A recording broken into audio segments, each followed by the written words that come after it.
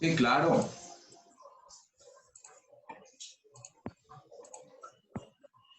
Bueno, yo voy a hablarles de cómo se construyó el concepto de ecuación lineal con una incógnita, ¿no? Y este tema lo quiero dar para estudiantes de grado séptimo.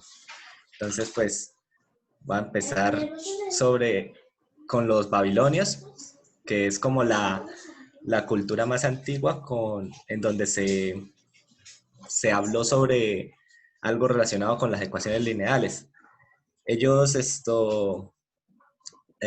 basaban su matemática en, en sistemas posicionales mixtos en base 10 y base 60. Y casi no trabajaron las ecuaciones lineales como tal porque las consideraban muy elementales. Ellos se enfocaron más en lo que fue ecuaciones de segundo grado o sistemas de ecuaciones lineales. Entonces, ellos encontraron una tabla que se llamaba la tabla YBC 4652, en la cual hay un ejercicio de ellos, un ejercicio, no, un problema que ellos plasmaron ahí, que decía: encontré una piedra, pero no la pesé. Después pesé 6 veces su peso y sumé 2 yin. El yin para ellos era como la unidad. Y después sumé la tercera parte de la séptima parte de esta cantidad multiplicada por 24. Todo esto pesa un maná. Entonces, ¿cuál era el peso original de la piedra? Maná para ellos era 60 yins. Entonces, eso basado en el lenguaje del álgebra actual, sería esta ecuación que está aquí. Entonces, más o menos así eran los problemas que ellos proponían para representar ecuaciones lineales. Y que, no, sí, eso.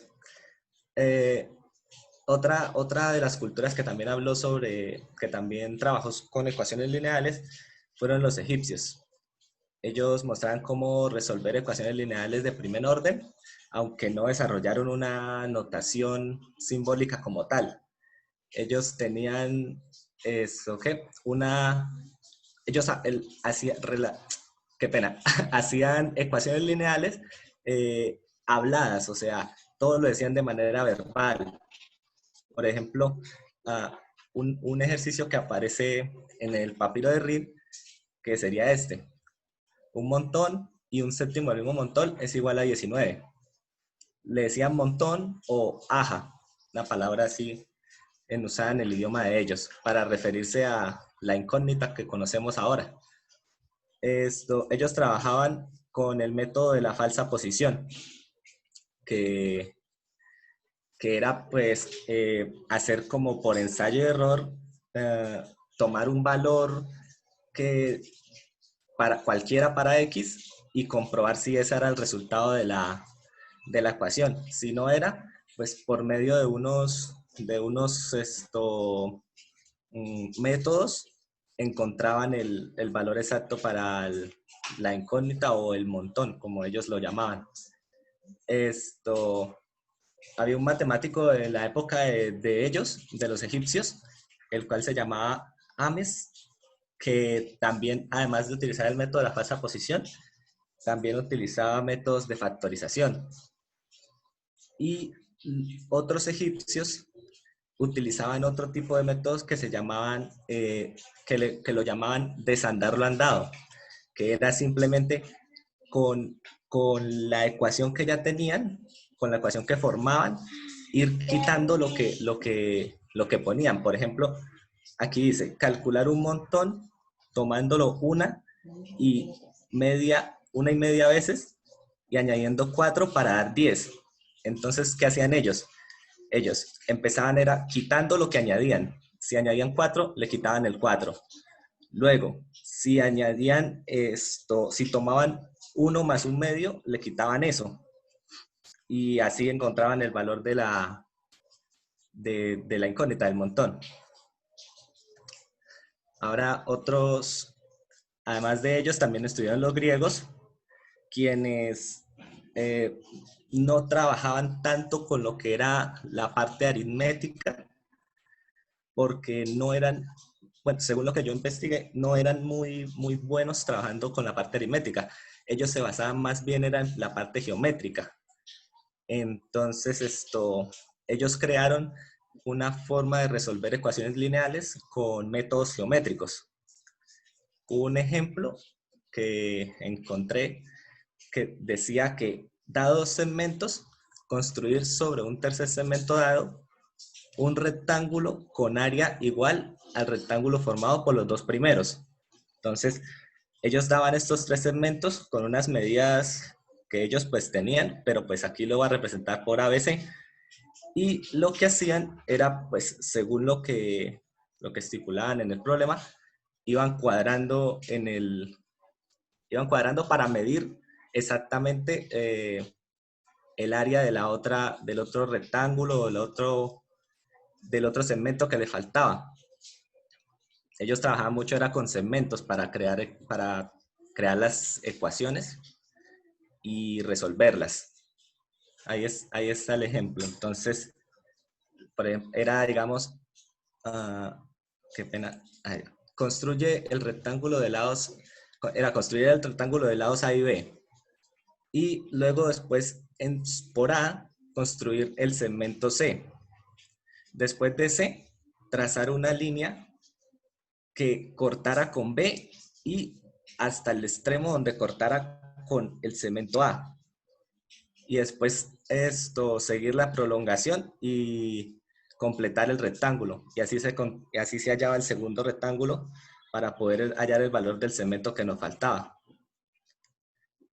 Entonces, bueno, esos eran como los problemas que ellos proponían para trabajar con métodos geométricos. Ya. Otra civilización que también trabajó ecuaciones lineales fueron los chinos. Ellos, pues, no hablaré mucho de ellos porque, según lo que encontré, ellos trabajaban más, era con ecuaciones de tres incógnitas. Y como yo voy a trabajar con con solo una incógnita, perdón, entonces, pero ellos, sí, más que todo trabajaban era con tres incógnitas, utilizaban método de falsa posición y también si no estoy mal, así ellos ¿cómo es que se dice? No usaban los negativos, no les, no les daba como validez a a los números negativos. Otra civilización serían los hindús, que también utilizaban métodos de falsa posición. Casi todas las civilizaciones utilizaron estos métodos hasta más o menos hasta el Renacimiento, ¿sí? Utilizaban esos métodos. Ellos fueron los que, o sea, se les debe el invento de la notación posicional y algunas propiedades matemáticas, donde empleaban el valor cero como como un valor nulo.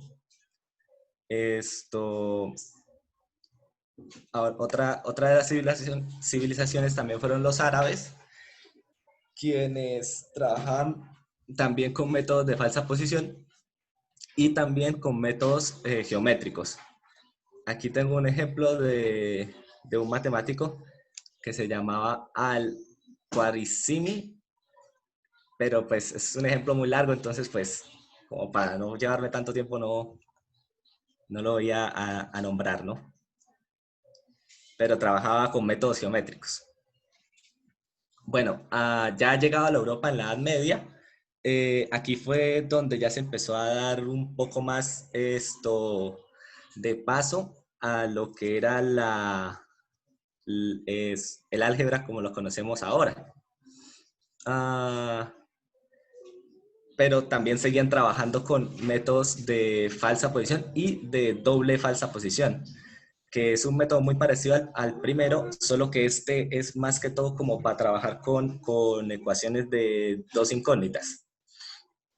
Ellos utilizaban las ecuaciones para trabajar el comercio. Em, y por último, en el Renacimiento, aquí fue en la época donde se consolidó ya las notaciones algebraicas, donde se descubrió o se propuso por parte de Descartes la notación que conocemos ahora, lo que es utilizar las letras del alfabeto como ABC para las constantes y para las incógnitas, la X, Y, Z.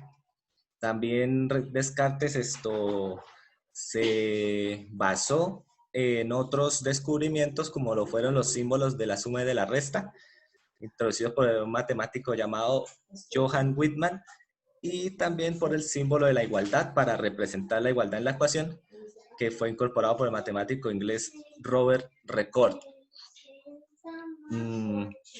Y así, o sea, fue hasta este momento en donde se empezó a utilizar la notación como la conocemos ahora. Aproximadamente tuvieron que pasar unos 3.000 años para que se empezara a ver las ecuaciones como se usan ahora.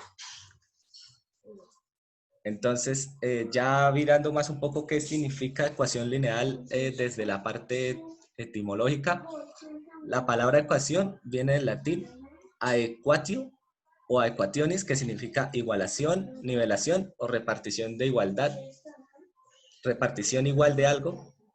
Y la palabra lineal, que viene del latín linealis, que significa relativo a la sucesión continua de puntos en el espacio. Bueno, entonces, ¿qué es como tal el concepto de ecuación lineal con una incógnita? Entonces, ecuación lineal con una incógnita la podemos definir como una igualdad en la que existe un valor el cual es desconocido, al cual pues normalmente pues, llamamos incógnita, y que está elevado a la potencia 1. Generalmente lo expresamos así: ax más b igual a c, donde a y b son constantes y x representa la incógnita.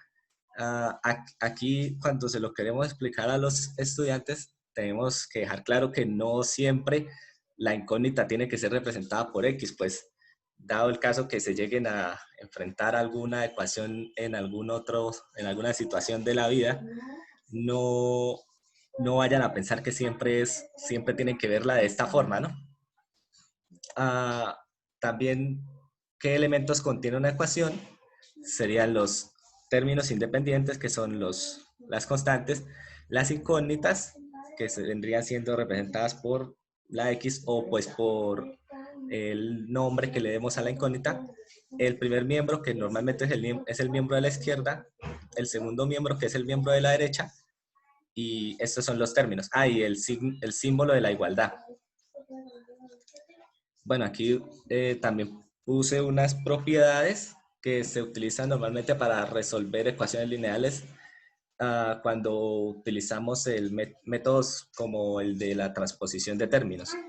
Entonces serían las propiedades uniformes, propiedades del inverso aditivo, propiedad conmutativa de la suma y de la multiplicación, propiedad asociativa de la suma y la multiplicación, propiedad modulativa de la suma y la multiplicación y propiedad distributiva.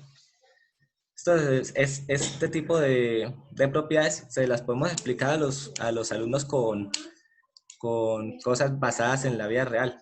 Por ejemplo, esta propiedad del inverso aditivo. Digamos que un estudiante tiene, qué sé yo, 5.000 pesos y se le perdieron. Entonces, él puede pensar ahí, bueno, tenía 5.000, perdí 5.000, entonces ahora ya no tengo nada. Ahí se aplica el inverso aditivo. Y así podemos explicar. Y pues ahí ya estaría lo de las ecuaciones. Uno, los valores que yo quisiera como fortalecer sería el valor de la igualdad o de la equidad, así como entendiendo como una ecuación lineal, cada uno de sus miembros tiene que ser igual.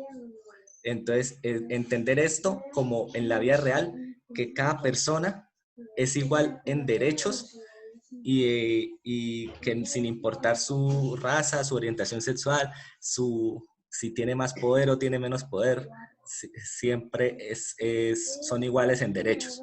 Y también el valor de la perseverancia, como hacerles ver como las antiguas culturas, que ellos, a pesar de no tener muchos conocimientos o formas de representar, ellos no se perdían, ellos seguían y seguían intentando para poder resolver sus problemas. Y también hacérselo ver por la forma de resolución de ecuaciones por ensayo y error, que a pesar de que si la primera incógnita que encontremos está mal, que esto no quiere decir que todo lo vamos a encontrar a la primera que lo hagamos, que podemos seguir intentando y para así poder encontrar la solución. Y listo, profe.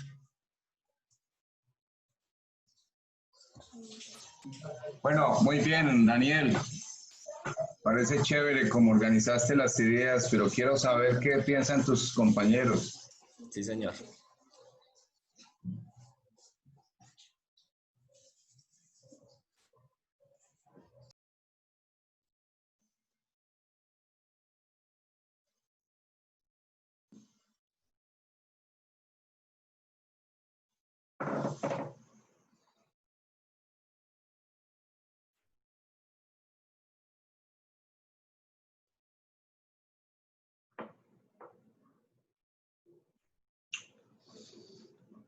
Bueno, parece que no. No llegó el mensaje a los compañeros. Profe, pues Tatiana. me gusta que Daniel pues haya hablado de dos valores, porque todos abarcamos uno, pero pues Daniel abarcó dos. Y pues no había pensado en el valor de la perseverancia, pero pues creo que es uno de los valores que más se debería fortalecer con respecto a las clases de matemáticas, pues porque vemos mucho la frustración de los estudiantes. Con respecto a la exposición de Daniel, pues me gustó, o sea, yo estaba escuchando a Daniel y siento que Daniel habló como de la ecuación y también, o sea, como que hablaba de todo un poquito y me gustó, y también a lo último que explicó acerca de las partes que tenía la ecuación y habló, o sea, me gustó en general la exposición. Creo que se notó el trabajo que hizo Daniel, y aparte pues tomó todas las observaciones que han hecho a lo largo de las exposiciones y pudo plasmarlas en el trabajo de él. Muy bien, gracias, Tatiana. Gracias. Muy bien, gracias. ¿Otra compañera o otro compañero?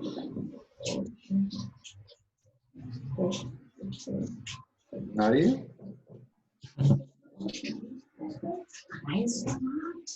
Bueno. Bueno, Daniel, pues la verdad que me gustó. Encuentro cosas interesantes. Me llama la atención la documentación que lograste acopiar respecto al tema que presentaste. O sea, siento que pudiste consultar a nivel de... ¿A nivel de qué? Consultaste a nivel de bibliografía y de fuentes de estilo histórico, me parece a mí, porque hablas, por ejemplo, de la manera como concebían la ecuación los egipcios, como la concebían los babilonios y cómo la concebían los griegos y cómo la concebían los chinos. Y los hindúes, creo que algo de los hindúes nombraste. Pienso que ahí hay una gran riqueza. O sea, si uno se detiene a analizar bien esos problemas que tú planteaste, que tú compartiste, yo creo que de ahí uno puede sacar unas actividades muy interesantes para los niños. Porque, por ejemplo, ese problema que planteaste devuelve las diapositivas, Daniel, ya te digo cuáles, de los egipcios.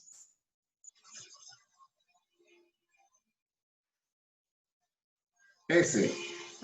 No, antes. Ese. Ese problema está muy interesante porque mira cómo ellos lo resuelven, ¿no? Desandar lo andado, ¿es que le llamaste a eso? ¿Sí? ¿Desandar lo andado, Daniel? Ay, sí, señor, estaba punteado, no me había fijado.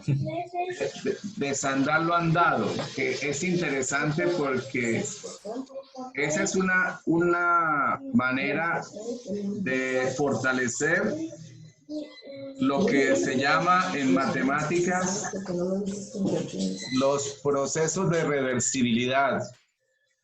¿Qué significa la reversibilidad? La reversibilidad es, por ejemplo, que un niño puede entender que la multiplicación tiene una relación directa con la división. Sí, Que la suma tiene una relación directa con la resta. Que la potenciación tiene una relación directa con la radicación o con la logaritmación.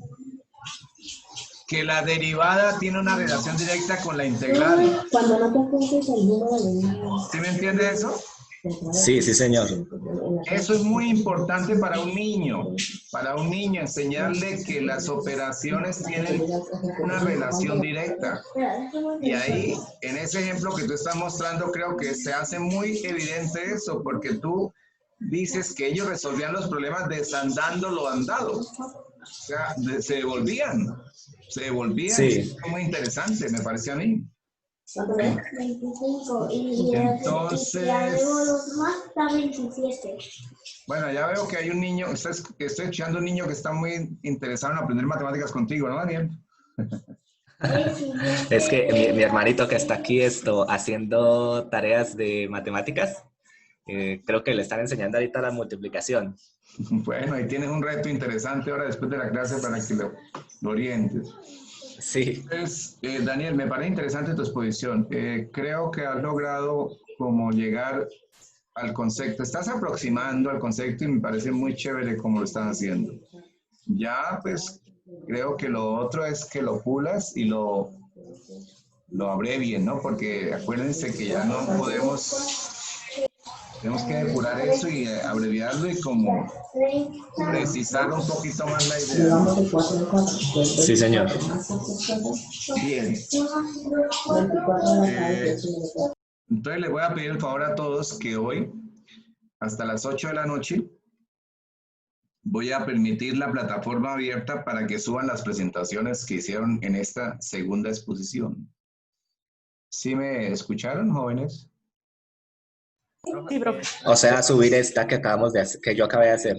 Sí, subir esa, correcto. Sí, la que hicieron esta última presentación, la suben por favor hoy a la plataforma porque voy a empezar ya como a armar las carpetas de cada uno.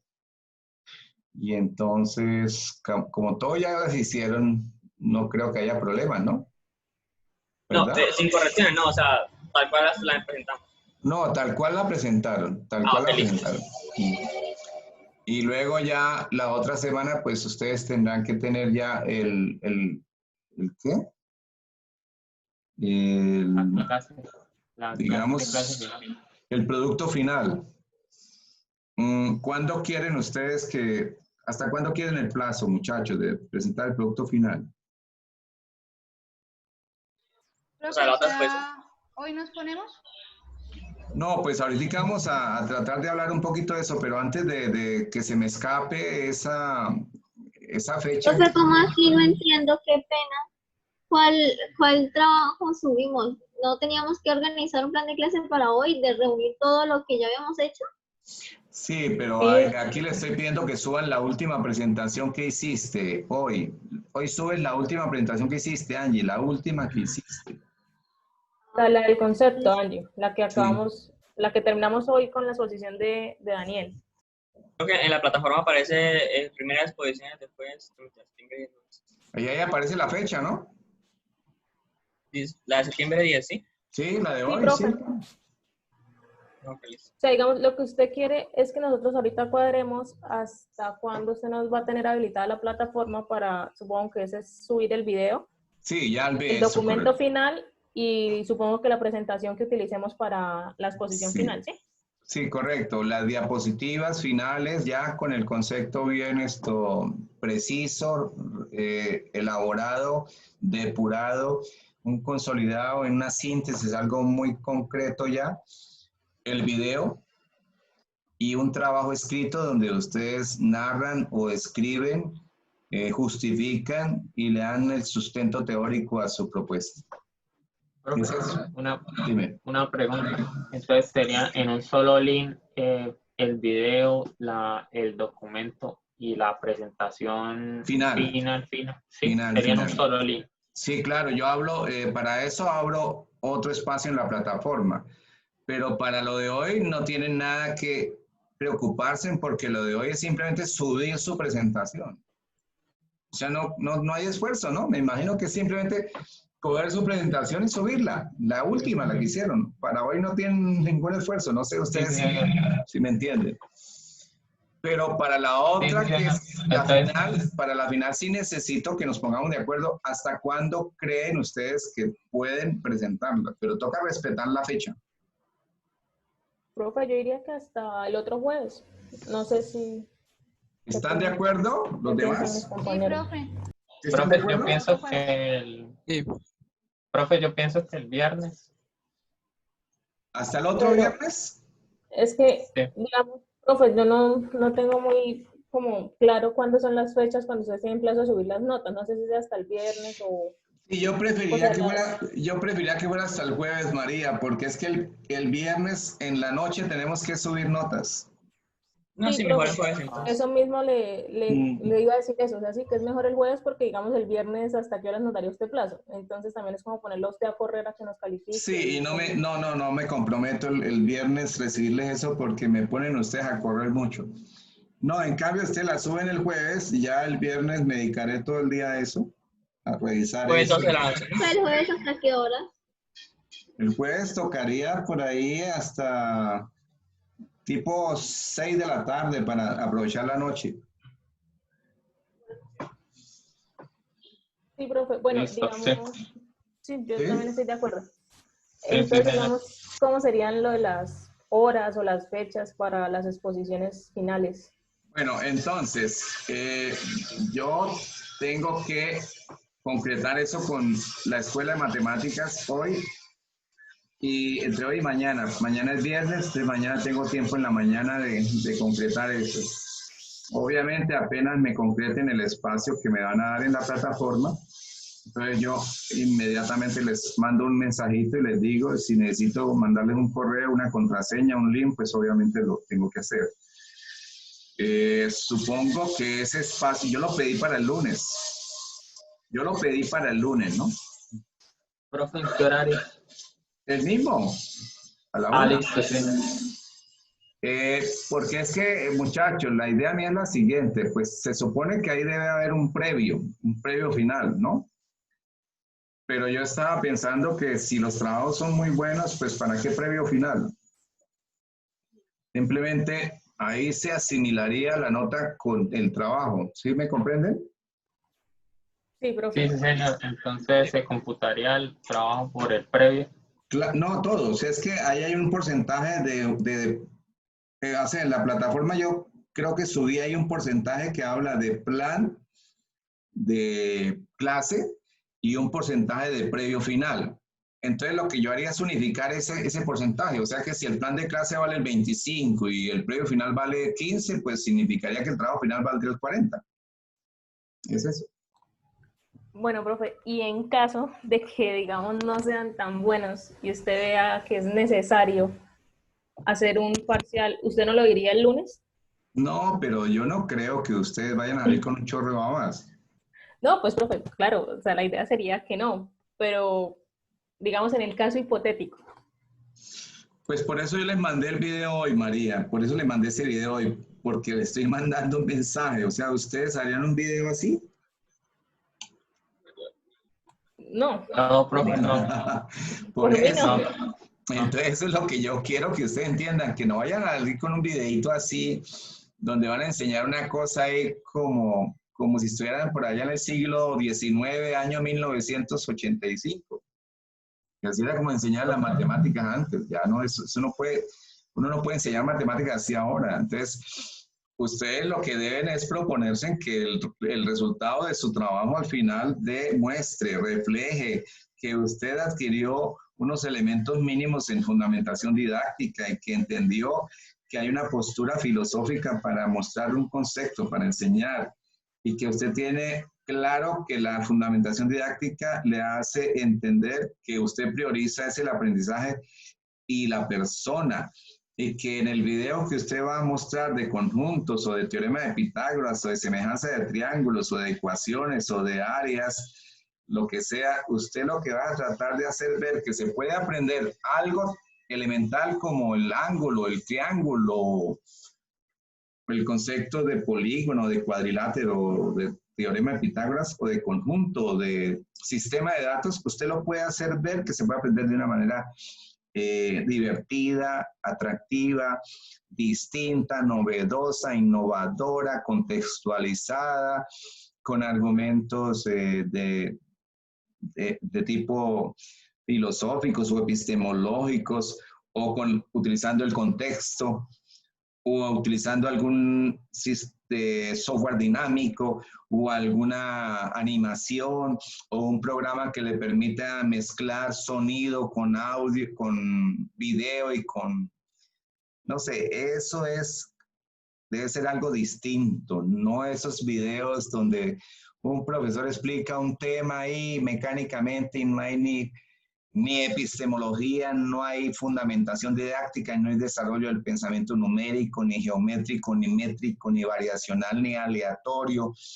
No hay una matemática realista, no hay un contexto, no hay una matematización horizontal. O sea, todo lo que vimos en el proceso, ¿no? Sí. Profe, tengo una pregunta. Dime. ¿Cuánto tiene que durar el video? No, el video no puede durar tanto, tiene que durar máximo por ahí entre 8 y 12 minutos. Más no puede durar, ya es demasiado tiempo. Ok, profe, ¿y yo dirigía la clase explicando lo que haría en mi clase o como si la estuviera dictando? Claro, como si ya la estuvieras desarrollando, ¿no? Como si tú estuvieras mostrando ya el concepto que vas a enseñarle a los niños de sexto, de séptimo, no sé. Bueno, profe. ¿Mm? Profe, ¿y se sube el video a YouTube y se le manda el link Profe, o si para que usted no tenga problemas a la hora de cargar? No, eso tenemos que ponernos de acuerdo que lo que usted me suba esté seguro que lo puedo descargar y lo puedo ver, ¿no? Obvio, porque si no, ¿cómo lo voy a evaluar? Yo pienso que eso no tiene problema, o sea, ustedes lo suben a YouTube y me mandan el link. Me imagino que eso no tiene problema, ¿no? Sí, digamos, no sé, yo para el primer como trabajo que usted pidió esto, yo le envié un video. Creo que usted no tuvo problemas con la forma como yo se lo entregué, ¿no? Que fue a través de un link de YouTube. Yo no tuve problemas para verlo. María me mandó un link y yo entré al link y lo vi. Claro. Sí, pienso que ese es como el objetivo de esto, ¿no? Finalmente creo que ese es el objetivo. No sé si ustedes han o pueden decir algo que no les haya clarificado yo, no sé. ¿Qué comentan? ¿Qué preguntan? O sea, ¿qué no entienden? Sobre el trabajo escrito. ¿Qué pasa? No tiene como normas APA sino es o es solo como, o sea, ¿qué diferencia el trabajo escrito de la presentación y del video? Porque pues la presentación ya es el acto, la presentación es como visualizar como lo que ya llevamos con el desarrollo de los diferentes, con el primer plan de clase y los diferentes exposiciones, pero por ejemplo, el escrito, o sea, ¿en qué línea? Sí, el contenido, cómo lo plasmamos, cómo lo colocaríamos. Bueno, el trabajo escrito, ¿qué es lo que se supone debe mostrar? El trabajo escrito debe tener una estructura. ¿Qué estructura debe tener? Pues una justificación, ¿cierto? El trabajo escrito debe tener como un propósito. El trabajo escrito debe tener una fundamentación teórica, o sea, el contexto del conocimiento que usted trató de desarrollar o el objeto de estudio. Ahí puede incluir los elementos históricos, epistemológicos, filosóficos. Y el trabajo escrito debe tener como una claridad en lo metodológico. Entonces, ¿cuál es la metodología de la actividad que vas a mostrar? Porque no se trata de mostrar 14, ni 10, ni 4 actividades. Yo pienso que con una única actividad bien hecha es suficiente. Si pueden mostrar 2, pues bueno, no sé, pero con una bien hecha, bien elaborada, con un recurso didáctico bien depurado, bien estético, bien trabajado, pienso que es suficiente. Entonces ahí tendrías que hablar de eso, Oscar. Por ejemplo, en tu caso, si tú vas a mostrar los números enteros, entonces de la actividad didáctica, el recurso didáctico, no sé en qué cómo lo vas a utilizar el recurso didáctico. O sea, tu actividad de enteros, ¿de qué manera la vas a mostrar? ¿Con una animación? ¿Con un software dinámico? ¿Con un juego? No sé, eso sí no sé cómo lo vas a mostrar. O sea, explico como la metodología del origen de... Claro, es la metodología de la parte didáctica de la actividad. Han ido trabajando con las presentaciones y claro. y explico como pues la herramienta que voy a usar o mi instrumento didáctico va a ser, pues en ese caso pues la recta numérica, lo explico bien. Si tengo otro segundo método para aplicarlo en clase, lo explico muy bien. Le dejo una bibliografía y como que y qué regla le dejaría, normas APA o qué, profe. Bueno, eso es pues las normas APA, me imagino que ustedes las manejan, ¿no las manejan? Sí, profe. Sí.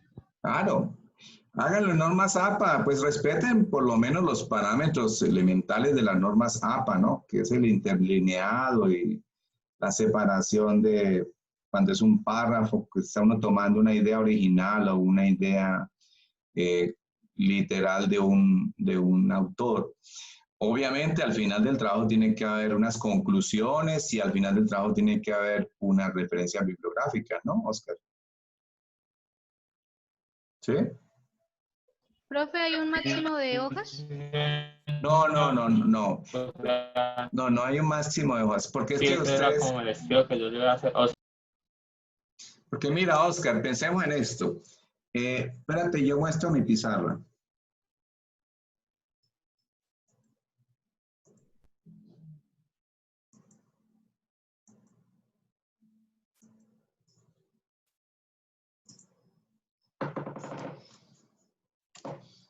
¿Ya ven mi pizarra? Sí, profe. Sí, bueno. Sí, profe. O sea, si a mí me dicen que presente un trabajo así y me dan libertad, yo haría esto. Yo diseñaría mi trabajo de esta manera. Yo les doy libertad, pero si me dicen a mí cómo lo hago, lo haría así.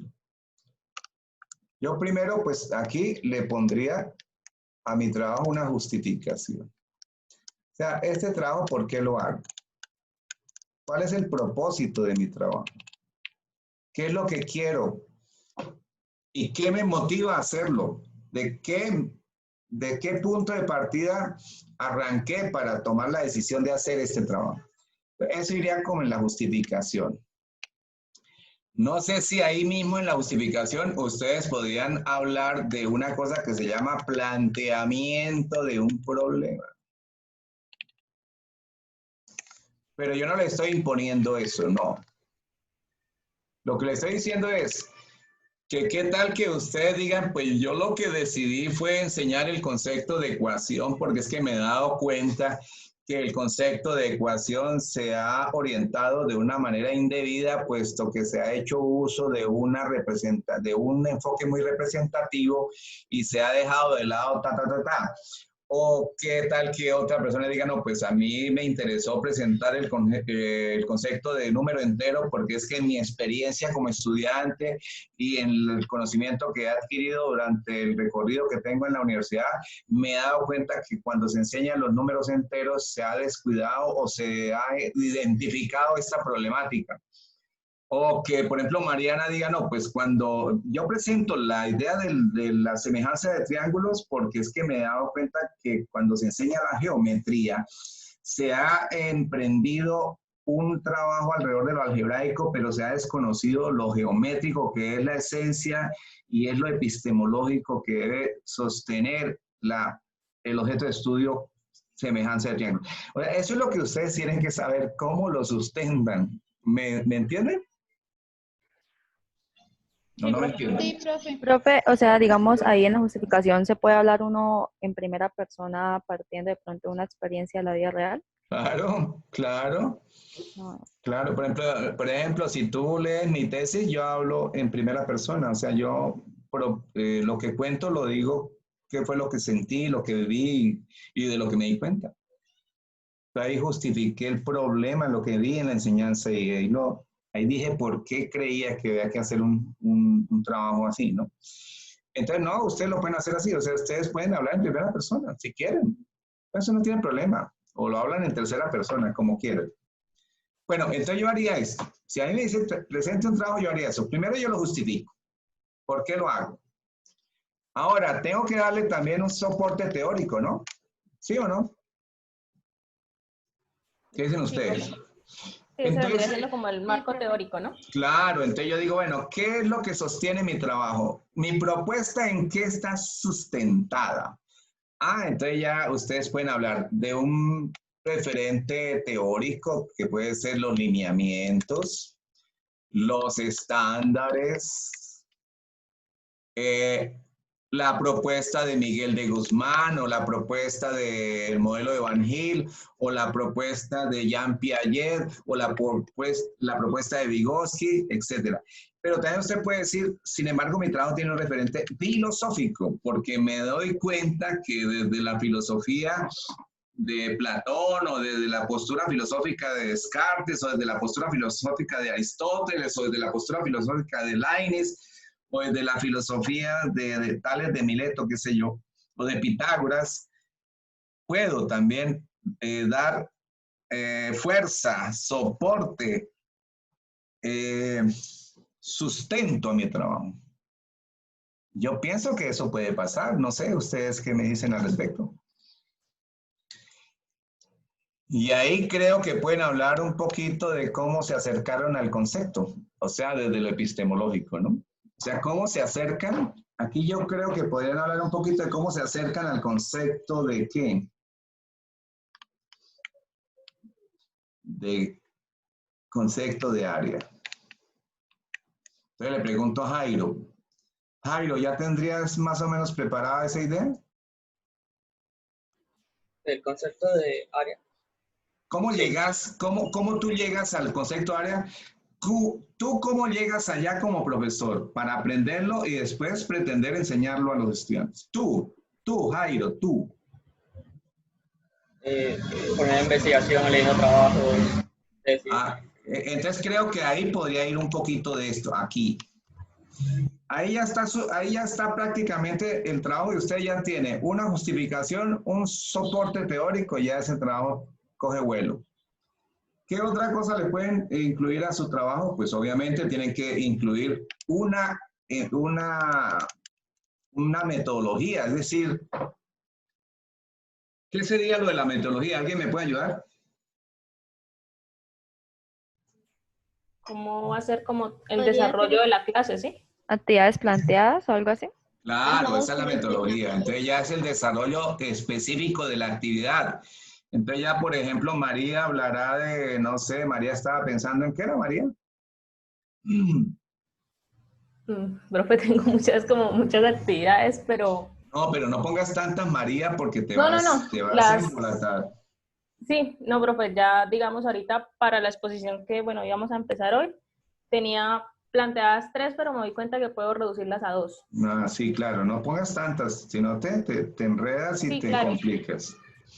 Pues, profe, digamos, yo como lo tengo planteado es una actividad inicial que es como una pequeña introducción para que los niños vayan teniendo un primer acercamiento con los conjuntos. Después hablaría del concepto.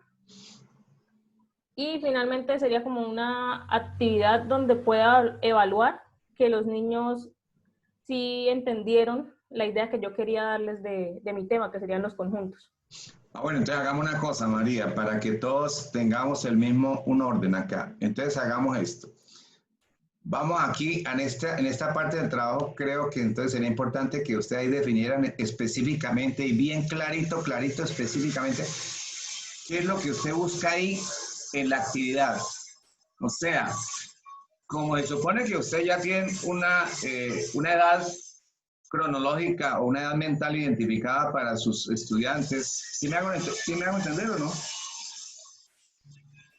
Sí, profe. O sea, digamos, Sí, profe. de acuerdo al grado que estamos, que queremos Correcto. como implementar. Entonces, digamos que tú dices, bueno, lo mío es para quinto primaria, entonces, ¿qué tendrás que hacer ahí? Creo yo, y lo tienen que hacer todos para que el trabajo tenga esa estructura como más ordenada. Poner un objetivo, ¿no? Claro, entonces aquí ya digo, ¿qué quiero? Entonces, ¿voy a dónde? ¿A dónde voy? Para expresar lo que quiero, ¿a dónde voy? ¿A los estándares? Claro, entonces ahí voy a los estándares. Entonces yo, estándar, ¿qué es lo que quiero? Pensamiento numérico, geométrico, métrico, variacional, algebraico, qué sé yo, aritmético. Ahí viene un estándar que como que apunte y diga, mire, lo que yo estoy buscando es esto con esta actividad. Este es el pensamiento que quiero estimular, fortalecer en los niños. O estos dos estándares, no sé, ustedes lo deciden allá.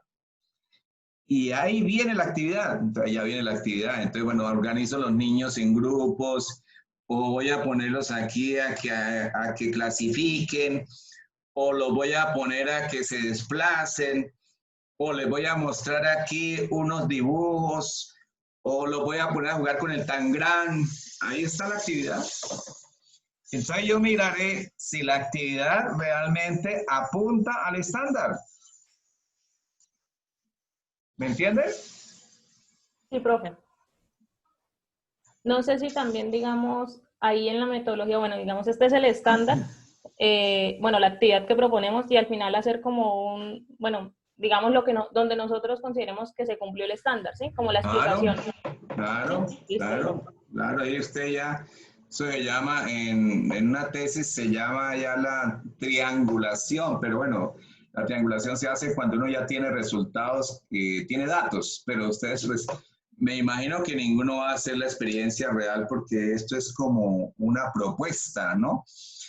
El semestre entrante creo que ya les toca hacer una observación y una práctica. Y ahí sí ya tienen datos, o sea, en el semestre entrante ustedes ya tienen datos y al tener datos ya podrán decir, sí, logré el propósito o no lo logré por esto y esto. Pero ustedes pueden hacer una cosa que se llama, en una investigación se llama análisis a priori. ¿Qué es análisis a priori? A ver, ¿qué creen ustedes que es análisis a priori? Un análisis antes de. Sí, correcto. Entonces, un análisis a priori es lo que uno cree que va a pasar. O sea, es lo que uno cree que debería pasar. Eso se llama análisis a priori. Cuando uno tiene una propuesta, una tesis, o mejor, una idea para poner en práctica, a uno le piden un análisis a priori, o sea, uno tiene que adelantarse a los hechos y uno dice, de acuerdo con la fundamentación teórica, con las actividades, con toda la organización de mis ideas y con el propósito y el problema que planteo, creo a priori que en esta actividad o en este juego o en este punto específicamente se va a presentar esta conducta o esperaría que un estudiante se comportara así o respondiera así o razonara así o resolviera el problema así, etcétera. Eso se llama análisis a priori. Y después, cuando uno tiene los datos, entonces uno va y mira y dice, oiga, sí, se cumplió mi teoría. O dice, no se cumplió, ¿qué pasaría? ¿Dónde falló? Eso es lo que hace una tesis. Bien. Entonces, bueno, pienso que la parte metodológica ustedes la pueden hacer chévere ahí, no sé. ¿Alguno tiene problema con eso? ¿Se siente asustado o qué? No, profe, pero ¿será que usted puede subir la grabación de esta clase para, digamos, cuando estemos haciendo el trabajo, guiarnos con lo que Ah, bueno, sí, usted... perfecto, perfecto. Tengo que hacerlo porque ustedes lo van a necesitar. Bueno, después de que ya tienen la actividad y la explicaron, y pienso que lo que dice María estaría bien, que al final ustedes dieran como una, ¿cómo se dice, María? ¿Como un anticipo? Es como un preámbulo, diría yo. Pero cuando tú hablaste de que al final agregar, ¿qué? Profe, que yo lo tenía planteado era como una actividad evaluativa. O Ah, sea, para ver si los estudiantes habían comprendido el concepto, digamos, como yo espero, ¿sí? sí, pero bueno, la verdad, yo con eso sí no los quiero complicar, María. ¿Por qué no los quiero complicar? Porque es que nosotros casi no hemos hablado de evaluación y no hemos discutido realmente a fondo lo que es evaluación. Entonces, me parece que yo no estoy como autorizado o no tengo como el aval para poderle exigir algo que tenga que ver con actividad evaluativa. Si tú la quieres hacer, hazla, ¿vale? Pero eso sí no va a ser como parte necesaria del trabajo. ¿Me entiendes, María? Vale, ¿Sí? profe. Porque eso ya creo que ustedes lo tienen que ver después con un profesor que les oriente bien la parte evaluativa y lo discutan bien y comprendan qué es evaluar, que eso no es tan fácil comprender. Bien. Y luego, Profe, digamos dime. esto, no sé si usted va a tener en cuenta el hecho de que nosotros tenemos como alguna actividad extra clases y alguna como tarea. O eso tampoco no. Ah, sí, eso sí es importante. Claro, es que eso sí es importante porque es ahí donde uno se da cuenta si ustedes están realmente en el hilo conductor de su idea o están proponiendo cosas desarticuladas. Hay uno al leer y al ver la actividad uno dice, claro, es coherente, tiene mucha consistencia lo que escribió en lo teórico con lo que propuso en lo metodológico. Porque puede ser que haya escrito algo en lo teórico y uno va y mira lo metodológico. Uno dice, no, en lo teórico va para Piedecuesta, pero en lo metodológico va para allá como para Lebrija. Entonces, ahí uno se da cuenta cuando hay esa consistencia. Y lo otro aquí, creo yo, sería ya como las conclusiones, ¿no? ¿Verdad? ¿O creen que haría falta algo ahí? Bueno, obviamente faltaría las referencias bibliográficas. Profe, más o menos, ¿qué puede ir como en las conclusiones? O sea, digamos uno que puede concluir de ahí. Porque tú aprendiste de esta experiencia, las expectativas que tú dejas, las preguntas que surgieron alrededor de todo esto, lo que tú crees que podrías tomar como referente en un futuro para profundizar o desarrollar mejor la idea.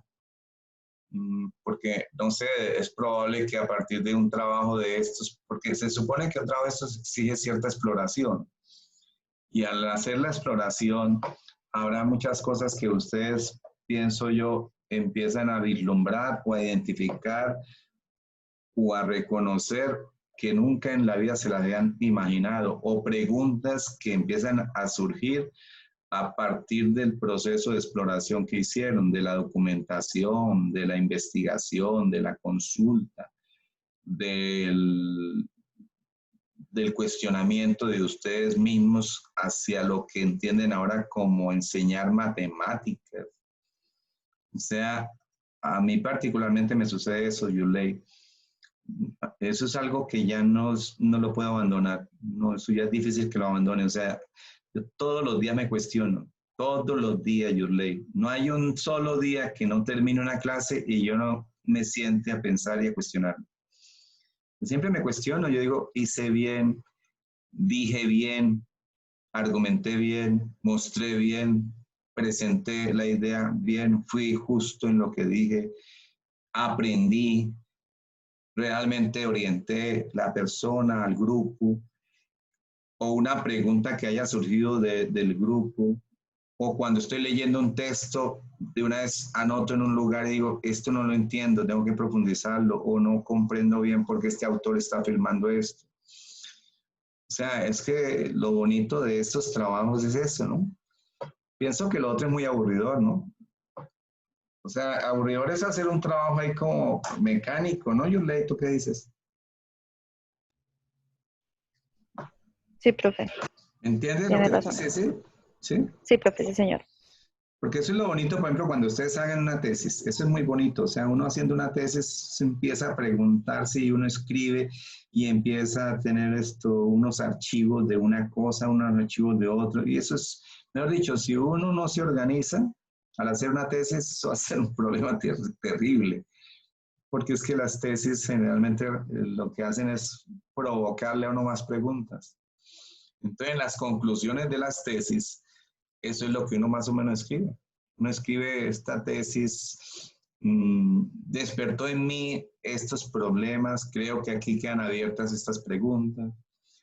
O a partir de mi trabajo de tesis concluí, saqué pude concluir o entender definitivamente que esto sí es cierto, que esto no es cierto, o que hay que replantearlo, o que hay que darle fuerza a este enfoque, o que hay que eliminar ya tal cosa, o que hay que redireccionar las metodologías de tal tipo, qué sé yo, o que hay que priorizar este tipo de dimensión del ser humano. Bueno, es, mejor dicho, cuando uno hace una exploración, empiezan las preguntas. Entonces, ahí ustedes se van a dar cuenta, pienso yo, que si no lo hacen mecánicamente, si lo hacen mecánicamente, las conclusiones van a mostrar que ustedes lo hicieron mecánicamente. Pero si lo hacen con profundidad y con reflexión pedagógica y didáctica, filosófica y de tipo y profundo, las conclusiones lo reflejan. Las conclusiones reflejan eso. Una persona que no reflexiona bien, generalmente cuando concluye muy superficialmente. En cambio, una persona que investiga, que es profundo, que trata de hacerse preguntas que lo sensibilicen y lo transfieran a otros escenarios, esas personas cuando sacan conclusiones son profundas. Entonces, las conclusiones son claves en un trabajo. Todos los trabajos deben tener conclusiones. Porque ahí es donde uno ve más o menos lo que el estudiante logró explorar y qué logró descubrir de sí mismo y qué propone para seguir leyendo o investigando, o qué preguntas abiertas deja para sí mismo, para otro trabajo posterior, o para su tesis de grado, o para su monografía, o para la práctica docente que va a hacer. Ese es un trabajo interesante, la verdad que me parece que es interesante. Pero no sé si ustedes lo estén sintiendo así.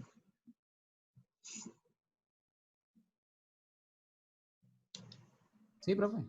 Sí, creo que ustedes están en la capacidad de hacerlo porque ustedes son demasiado inteligentes, son muchachos demasiado portentosos, tienen un potencial muy grande. Además, ustedes están formándose en una universidad como la UIS, que es lo mejor que hay ahorita en el oriente colombiano y una de las mejores en Colombia. Entonces, ustedes deben saber ya fundamentar teóricamente una idea y tienen que darle sustento a lo que proponen para que cuando terminen su licenciatura, eso sea lo que ustedes van a reflejar en las aulas, ¿no? Y cuando lleguen a una clase, un estudiante les haga una pregunta y ustedes sepan cómo darle un buen fundamento a la respuesta y no sacar al estudiante o no sacarle el cuerpo a la pregunta o responder de una manera abrupta. No, responder siempre como con un argumento de tipo académico, científico, epistemológico, filosófico, legal, porque hay preguntas de los estudiantes que uno tiene que respondérselas con argumentos legales. Porque si un estudiante me dice a mí, por ejemplo, en un colegio, un estudiante de 11 me dice, profesor, ¿usted me puede hacer un favor? Me hace el favor y me explica a usted con qué derecho pretende enseñarme a mí las desigualdades. Lástima que Katia no esté aquí para que responda esa pregunta. ¿O qué tal que algún día llegue Eiber a un colegio y haya un estudiante bien perspicaz y le diga, profesor Eiber, usted me puede hacer el favor y me dice con qué argumentos y bajo qué fundamento usted pretende enseñarme a mí las ecuaciones de primer grado?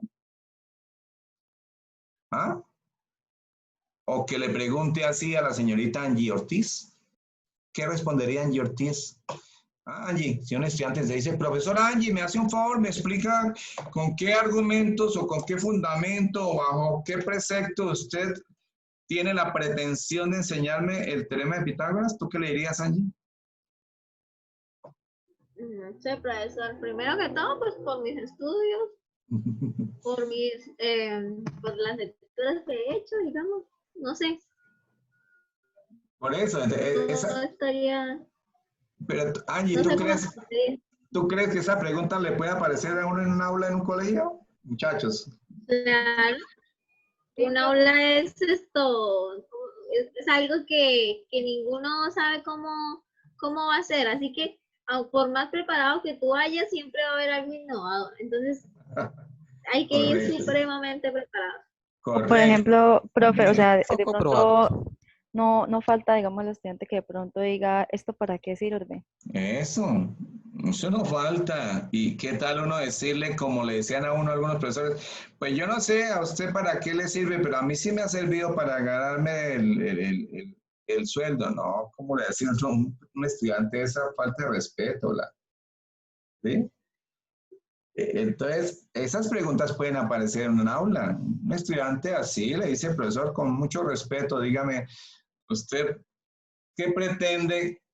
¿En qué pretende formarme a mí con ese temita que trae hoy de la semejanza de triángulos?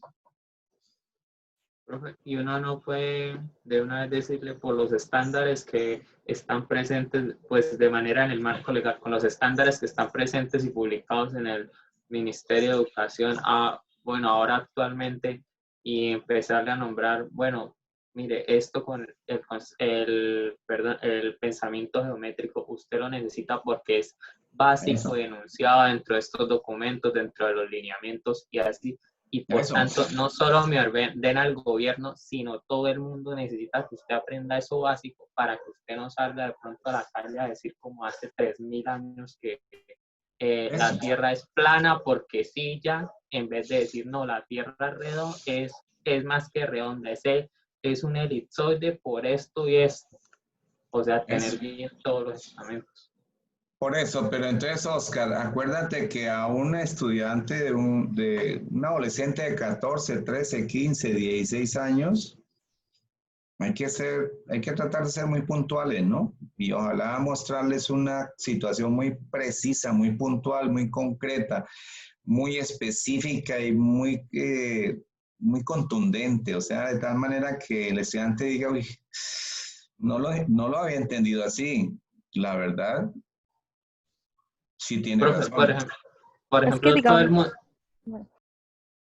Dale, si quiere, bueno, entonces, por ejemplo, yo he escuchado mucho en redes que todo el mundo se burla, o sea, hace memes siempre que no, ya ha pasado todos estos años después de acabar el colegio y no he terminado de ver que me hayan solicitado usar el mínimo común múltiplo. Correcto. Entonces, uno puede decir, bueno, listo, entonces usted no lo ha utilizado para hacer esos memes, pero listo. ¿Qué tal que usted se le no es qué tal se le presente la situación? Usted nunca se ha dado el derecho de utilizarlo, de hacerlo funcionar dentro de su vida.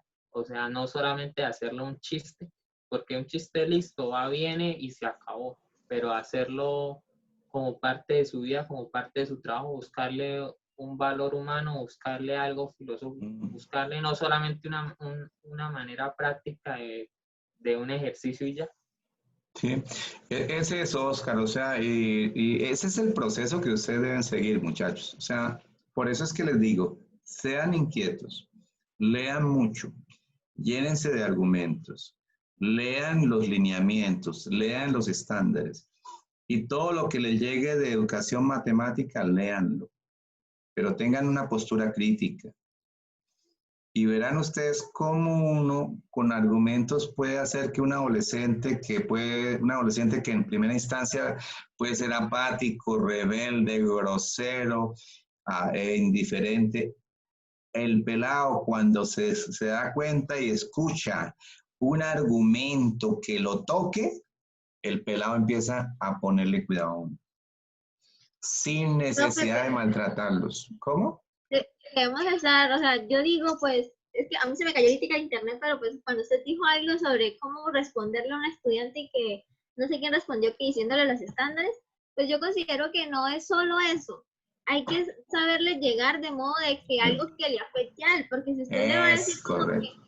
no, es porque la ley así lo exige, o sea Sí. al estudiante que lo va a inspirar a estudiar, obviamente no. Entonces, algo que le afecte, algo que diga, no, Que lo es toque, que lo toque, esto, que lo porque toque. tú lo vas a necesitar en esto. Algo así creería yo. Claro, Basado en teoría y algo. claro, en teorías, claro. Es que eso es bonito porque tiene mucho mensaje, Angie. ¿Sabes por qué tiene mucho mensaje? Primero porque ahí los adolescentes en general empiezan a darle valor a lo que es la teoría.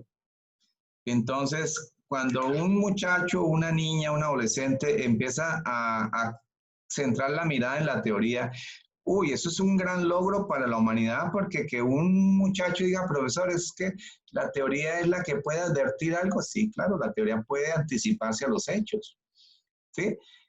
Y además, pues, otra cosa fuerte ahí es el respeto. ¿Por qué el respeto? Porque cuando puedo darle un argumento prudente, respetuoso a un muchacho, a una niña, cuando le argumento es una evidencia de que la respeto, de que lo respeto. Si a mí un pelado me dice, profesor, ¿por qué se cumple esta propiedad? Y yo le digo, pues yo no sé por qué se cumple, tocaría que usted allá la averigüe. Pues me parece a mí que es como una falta de respeto, ¿no? ¿No creen ustedes? Sí, ¿Sí? señor. Sí, claro, profesor. En cambio, si un pelado me dice, profesor, ¿por qué se cumple esta propiedad? Yo le digo, mire, yo creo que se cumple por esto, es mi manera de entenderlo y así es como yo lo aprendí, se la voy a compartir. Pero yo no le voy a obligar a que me crea. Escúcheme, yo le comparto la mía. Y ya el muchacho dirá, sí, profe, ¿sabe que me convence su argumento? No, no me convence su argumento. Y yo le digo, bacano, haga usted ahora uno y lo discutimos después. Ese es el aula, porque ahí le está uno dando libertad al otro y que él tenga argumentos. Y eso es lo que quiero que ustedes entiendan. Cuando uno llega a un aula de matemáticas tiene que tener argumentos. Porque si uno no tiene argumentos como científicos o académicos, los pelados no le creen a uno. Si uno impone, todo ese impuesto, para mí, honestamente, es una falta de respeto. En cambio, bonito que un estudiante le pregunta a un profesor, ¿de dónde sale la fórmula de pendiente? Bueno, vamos a discutirlo, vamos a ver dónde sale esta fórmula de pendiente. Profesor, esa ecuación cuadrática, ¿de dónde salió? Pues vamos a ver cómo se construye esto, a ver, vamos, discutamos, ayúdeme. Eso es muy bonito, porque es que el pelado ahí dice, uy, él nos hace sentir parte del proceso de construcción del conocimiento. Y no es que yo llego a imponer la ecuación de la circunferencia con centro en HK y con radio Eres es, no, ¿eso qué es? Eso es falta de respeto. Entonces, por eso todos esos argumentos epistemológicos, filosóficos, históricos, legales, son importantes a la hora de ir a un aula. Y esa es la diferencia que habría entre ustedes y un ingeniero. ¿Me están entendiendo o no? Sí, sí, señor. ¿Por qué? ¿Por qué sí, señor? Explícame, ¿por qué sí, señor? Porque pues el ingeniero tiene ciertos métodos, o sea, por ejemplo, un día discutimos con el profesor de álgebra lineal. Hay una universidad en Antioquia que es como la de los Andes, que oferta el programa de ingeniería de matemáticas. Y el profesor nos discutía, oigan, ¿ustedes no han visto esta nueva clase de educación que llevan a los estudiantes, por ejemplo, a una planta, por ejemplo, a ver cómo son los procesos que necesitan aprender o el algoritmo que necesitan aprender para aplicarlo a tal planta o a tal fábrica y listo? Y no le enseñan como, o sea, no le enseñan la universalidad del concepto, sino le enseñan, mire, esto es lo que usted tiene que hacer en esta fábrica y estas prácticas son las que usted debe tener. No me acuerdo el nombre de esa universidad, creo que sí se paga caro, pero el hecho es No que... me has contestado la pregunta, Oscar, no me has contestado la pregunta. O sea, pues, profe, que un ingeniero, por ejemplo, de matemáticas solo se dedica a tener un procedimiento para tal fábrica, va y lo cumple. y se acabó la jornada. Y mientras tanto el profesor tiene que hacer reflexionar a los estudiantes sobre lo que están haciendo. En cambio el ingeniero pues simplemente se despacha con lo que hizo y acabó el día y se ganó su sueldo, y si hubo conciencia social o no, a él no le importó, porque él estaba siendo parte de una herramienta y de una maquinaria que tiene que funcionar para una fábrica y ya. Correcto, ahora sí te entendí, perfecto. Entonces, el ingeniero tiene una mentalidad muy pragmática, ¿cierto? Muy pragmática, ¿sí? Sí, Muy, sí, señor. muy utilitarista, muy de, bueno, a ver, ¿cómo esto lo aplico y aquí cómo llego a resolver un problema? Un profesor de matemáticas como usted no puede llegar al aula con esa mentalidad porque está dejando lo más esencial, que es dejar que el estudiante sea libre y piense y cuestione y hable y argumente. Eso sí es chévere en una clase. Eso sí es bacano, escuchar a estudiantes argumentando y que tengan argumentos fuertes y que discutan unos con otros y que usted se convierta simplemente como en un observador y un moderador, porque son tan buenas las discusiones que casi que ni el profesor debe hablar, solo va orientando la discusión. Esas son las clases de matemáticas que creo yo deben hacer crecer a los muchachos en los colegios para que aprendan a pensar, a cuestionar, para que generen actitud crítica, para que no sean manipulables, para que no sean violentos. Creo yo, y no sé si me equivoque, ojalá no me equivoque, pero me caso con esa metodología, me caso con esa Sí, metodología. profe. Y por ejemplo, digamos, o sea, yo recuerdo cuando estaba en el colegio que muchas veces, o sea, no faltaba mi compañera de clase que preguntaba como que, bueno, ¿y eso de dónde salió? Y profe, yo me acuerdo que usted lo que hacía, o sea, usted como tal no era que hiciera la demostración, usted decía como que no sabe de dónde salió, y usted hacía pasar, esa persona que hizo la pregunta, la hacía pasar al tablero y digamos usted como que le daba como la primera idea y digamos como que entre todos discutíamos de dónde salía cierta fórmula y usted solo se quedaba ahí como que al lado del escritorio mirándonos a ver qué ideas le dábamos al compañero que no entendía y ni siquiera nosotros tampoco porque uno en el bachillerato uno no sabe de dónde salen las fórmulas en sí. Y digamos, o sea, siempre llegamos al final de cómo llegaba esa fórmula porque usted nos guiaba. Claro, y eran clases bonitas, me acuerdo que las clases eran bonitas, ¿sí o no, Yulei? Clases donde había respeto, Bastante, profe. yo me Sí, acuerdo que en las clases había mucho respeto y los tímidos hablaban sin miedo y eso es lo que uno tiene que hacer, que los seres sean libres. Es que el profesor que logre hacer, el profesor de lo que sea, de química, física, español, lo que sea, lo que sea, lo que sea, el profesor que logre que un estudiante sea libre en un aula, ese profesor ya es una persona que vale mucho para la sociedad. Porque a los muchachos hay que darles ser libres, pero entonces uno tiene que prepararse mucho como profesor, porque ellos son libres y al ser libres preguntan, y si uno no les responde con respeto, eso es violencia. Eso es violencia. Entonces, por eso la invitación es a que hagan una cosa bonita, un video bien chévere, que sea distinto a eso de Profe Julio y todo eso que ven en las redes, y que quede para... Profe, una pregunta. Dime. Es que, o sea, yo estoy acá como en crisis. ¿Por Lo que pasa qué? es que yo tengo en el video, lo que pasa es que yo tengo el tema de figuras geométricas, Sí, señora. entonces, pues lo que se va a utilizar es el círculo, el triángulo, el rectángulo y el cuadrado. Y Sí, pues yo tenía dos actividades que fomentaban dos pensamientos, ¿no? sí. Pero las dos actividades son de mucha interacción con los alumnos, o sea, prácticamente son con los alumnos. Entonces yo no sé cómo, porque, o sea, si no tengo los alumnos, no sé, y, o sea, porque, Pero acuérdate que tú nos estás presentando un informe de una clase que has hecho, ¿no? Karen, tú simplemente la vas a pensar y la vas a plasmar en el video cómo la harías. Uy, profe, esa misma duda, Karen me robó las palabras. O sea, yo también estaba como en ese conflicto. O sea, porque creo que una compañera, no recuerdo quién fue la que preguntó, que si no se suponía que para hoy íbamos a hacer como unas presentaciones de la clase como tal estructurada. Entonces yo quedé como, o sea, yo al igual yo hice esa presentación, pero yo me quedé con la duda, ¿será que esta misma presentación que vamos a hacer, que teníamos pensado hacer hoy, no es la misma del video? O sea, como tal el video es, sí, plantear la clase, o sea, hacer de cuenta que es como si tuviéramos los estudiantes, pero o sea, simplemente como planteando una actividad y luego pasar a la otra. O sea, mira, Karen, te voy a ayudar en esto, mira. ¿Cuál es tu tema?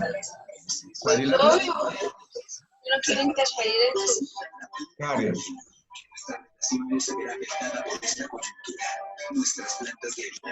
Karen, ¿me escuchas? Figuras geométricas, profe, ¿me escucha? Sí, claro. Entonces, mira, Karen, lo que quiero que hagas es esto. Vas a suponer tú qué dificultades, problemas, bloqueos crees tú que encuentran los niños de qué edad? ¿De qué edad son tus niños, Karen? Karen. Karen. Son de